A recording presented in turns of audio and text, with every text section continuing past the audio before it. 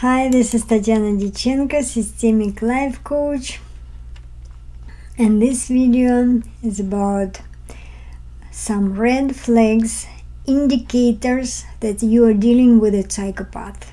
Don't miss them and pay attention while dating. This is continuing from my New Zealand story about Tim and his ex-girlfriend, immigrant Ella. Tim says, soon after I started email communication with Ella, I decided I may as well meet this woman. So drove to the South Island and we met for the first time. For me it was exciting but very awkward, and I had no idea what to do, being a shy and non-worldly man in terms of relationships. After meeting that morning, for the first time, we went to lunch, and I was both excited and petrified. She was excited too, and she was very nice and sweet. The stage was set. Later that afternoon, we were in a private home I had been given the use of by a friend of mine, and everything was fine. And all of a sudden, she changed her tone of voice and abruptly asked me to immediately take her home, indicating she may or may not ever see me again. I, of course, agreed and prepared to drive her home, and I was disappointed. This is famous tactic of a psychopath or narcissist, tendency to blow hot and cold. Just now she was nice and sweet, and the next moment cold. Why does she do this? This inconsistency and ambiguity of stimulus serves two purposes: creating cognitive dissonance, disorientation and confusion, which makes it easy to hypnotize you and to make you do what she wants. Quickly manipulating with emotion, she may trip all defenses. And the second purpose is trying to test your boundaries, to decide if you're good enough for her, if it's worth time and energy to give you such an honor to be her supply. And next, Tim said, I went to the kitchen to get my coat and car keys. Instead of going to the car, she walked up to me and grabbed me and put her tongue down my throat. Needless to say, we never left home. The hook had been sunk into my neck, so to speak. I was now her possession.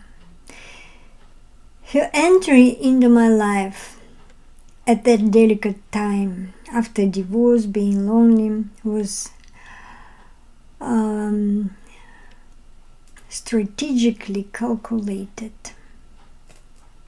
After this, we communicated constantly online, and she quickly became involved in my impending division of property and acted as my legal advisor.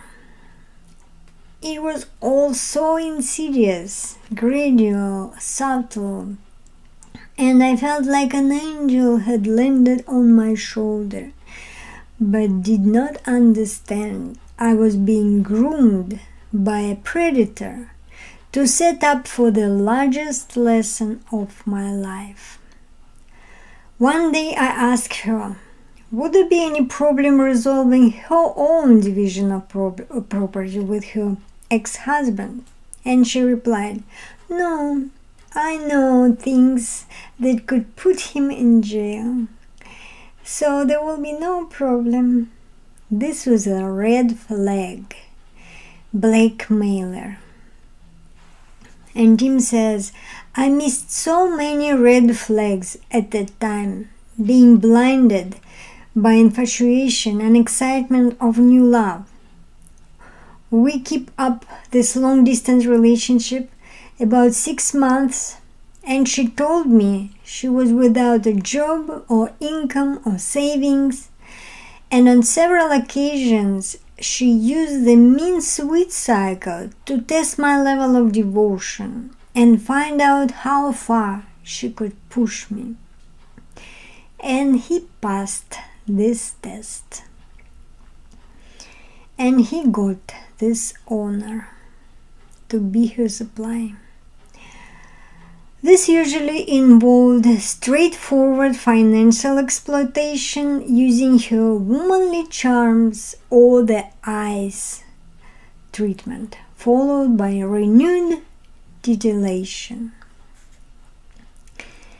Trauma bonding at its best.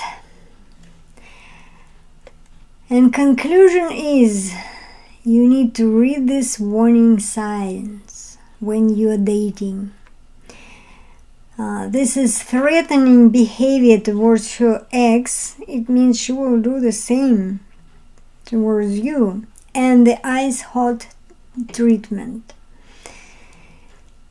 And this is a big stop, big red flags. If you see this behavior, you're gonna stop this relationship right away.